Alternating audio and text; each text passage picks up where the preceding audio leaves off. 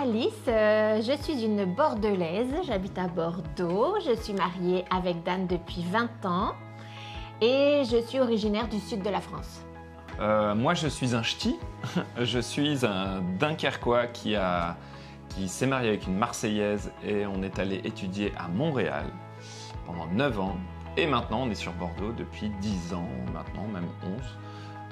Donc là, maintenant, moi, je suis pasteur et artiste de louange, conducteur de louange, conférencier sur ce domaine-là, de la louange. Et donc, j'aide les musiciens, les chanteurs, les conducteurs de louange dans les églises à pouvoir se développer dans leur ministère.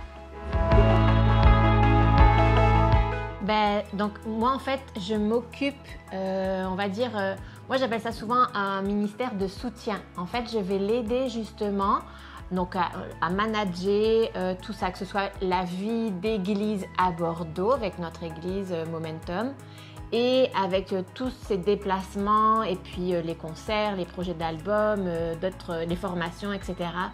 Qui fait en dehors de notre église. C'est moi qui gère tout ça, qui l'organise pour que lui puisse le réaliser. Et donc moi je chante là où on me demande de chanter, j'interviens ou j'enseigne là où elle me dit d'enseigner. Et effectivement je suis pasteur à l'église Momentum avec Patrice Martorano qui est notre pasteur principal. Et donc voilà, vraiment tout notre ministère à nous, ADL, Alice et Dan Luiten, c'est Alice qui le gère, qui le manage, qui le porte. Et après ça, moi je vais vraiment faire le concret, très spontané. Et elle, c'est la logistique, c'est l'organisation.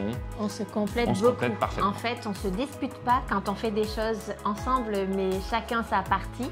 Et on se dispute quand en fait on essaye de gérer la partie de l'autre en général. Voilà. Moi, je suis pasteur, référent de tout le pôle louange. Donc, c'est moi qui vais impulser un petit peu la vision de comment on va connecter des gens avec Dieu dans toute l'Église. Donc, des aînés jusqu'aux enfants, en passant par l'Église, de toutes les populations et toutes générations dans l'Église le dimanche matin ou dans plein d'événements. Et de la formation, du recrutement de musiciens, de chanteurs. Et après, il y aura toute une partie technique, c'est pas moi qui m'en occupe. Donc voilà, et je suis un des membres de l'équipe pastorale, donc je vais rencontrer des gens, je vais aussi les accompagner dans leur vie spirituelle, mais je vais surtout m'occuper de toute la partie louange. Là, c'était très particulier parce que justement, ce n'était pas une tournée de Dan. C'était notre première tournée avec l'église Momentum pour le premier album de l'église. Moi, je me suis occupée justement de ce projet d'album et là également d'organiser cette tournée donc avec Momentum Création, donc une des associations de l'église. Et c'était vraiment très, très fort, très en émotion parce que justement, on peut voir aussi la différence.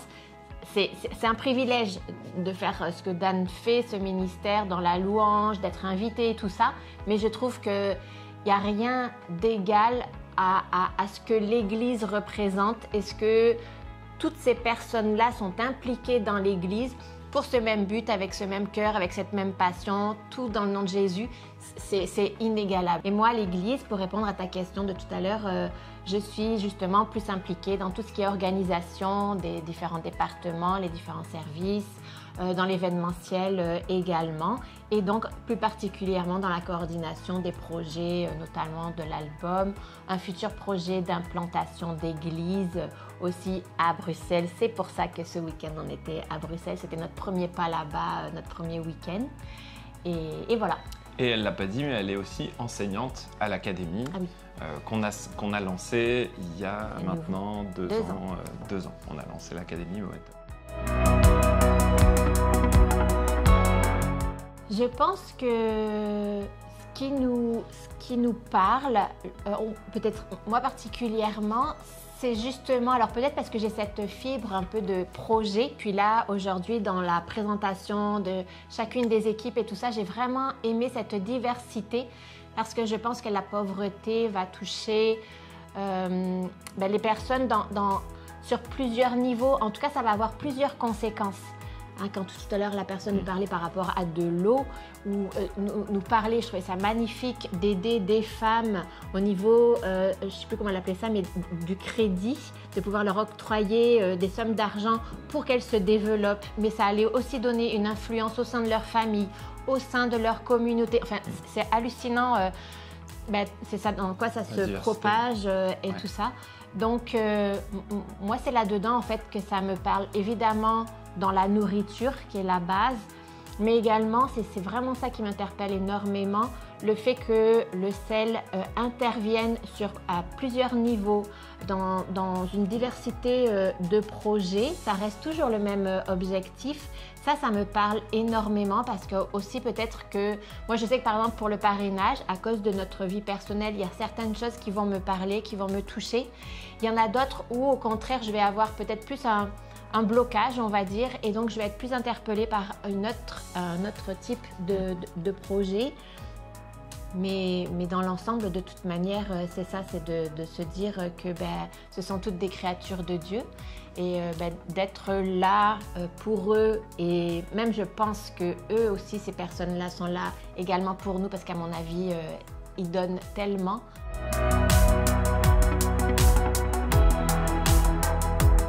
J'ai été impacté par le nombre de pays aidés, mais aussi des pays aidants. Et en fait, on aimerait toujours qu'il y en ait plus. On aimerait toujours qu'il y ait plus de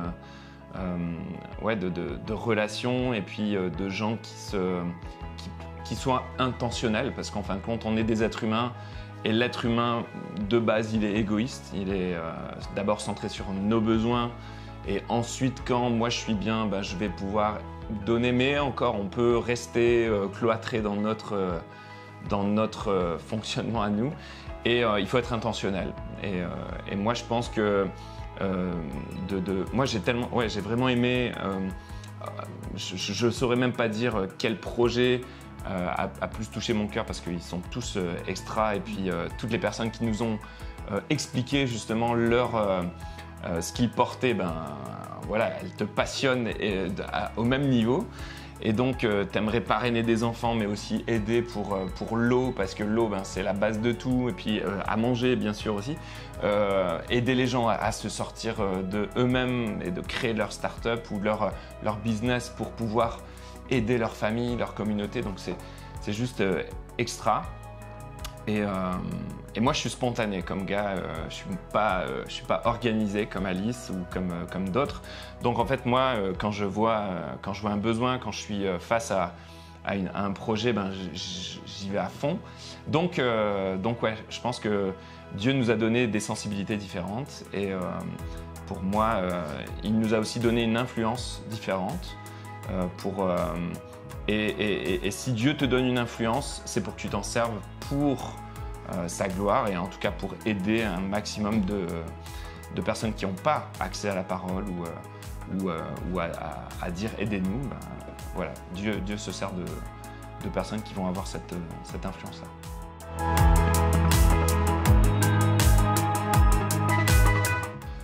Pour moi, il est essentiel, si ce n'est pas l'Église qui représente l'épouse de Christ. Et donc, l'épouse, elle grandit au fur et à mesure. C'est à chaque fois que quelqu'un va être touché par Dieu, va comprendre l'amour de Dieu, la grâce, il va se joindre à l'épouse, il va se joindre au corps. Donc forcément, on a des parties du corps qui ne sont pas encore rattachées au corps. Et donc, c'est à l'épouse de tendre la main, c'est à l'épouse de faire le premier pas, en fin de compte, vers ceux qui en ont besoin et vers ceux que Dieu aime déjà, en fait. Moi, j'avoue que j'ai pas encore beaucoup de réponses et j'ai encore beaucoup de questions.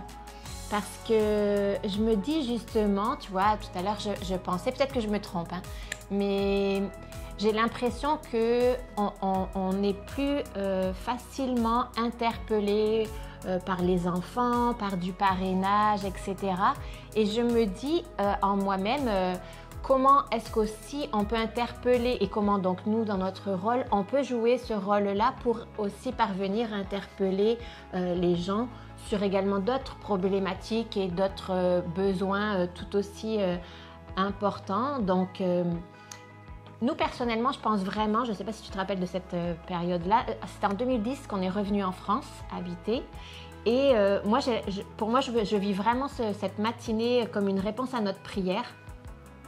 Parce qu'on avait vraiment prié pour que Dan disait, ben, si mon nom dans mon petit milieu à moi, mon petit monde à moi est connu, ben, que ça puisse servir vraiment à quelque chose de très concret. L'idée, c'est pas d'être invité pour faire des concerts. L'idée, c'est de participer aux besoins de l'humanité, ce que le Seigneur il veut faire au travers de nous, etc. Et ça m'avait marqué qu'il dise ça parce que moi, j'y avais jamais pensé. Et depuis, je m'étais mis en route un peu pour trouver des personnes. Et vraiment, on était dans cette position où on se proposait. Et je me disais, mais c'est fou, Seigneur, nous, on veut proposer notre aide et en fait, on ne trouve pas de partenaires, on ne trouve pas d'écho. Et on avait vraiment réfléchi là-dessus, puis j'avais mis ça dans les mains de Dieu. Et vraiment, ça fait 10 ans. C'était peut-être en 2011, on est arrivé en 2010, donc ça fait un peu plus de 10 ans. Et là, je me dis, en fait, le Seigneur sait toutes choses. Il connaît aussi le temps, on ne sait pas. C'est dans son temps à lui, etc. Et donc, je me dis, même si je n'ai peut-être pas les réponses, je sais que le Seigneur, en tout cas, il en a pour nous. Et si on peut être une des réponses, justement, auprès des églises, auprès de nos frères et sœurs, en France et de pays au loin, en tout cas, on prie pour ça et puis on fera ce que le Seigneur nous conduit à faire. Bienvenue. Merci beaucoup. Merci. Salut tout le monde.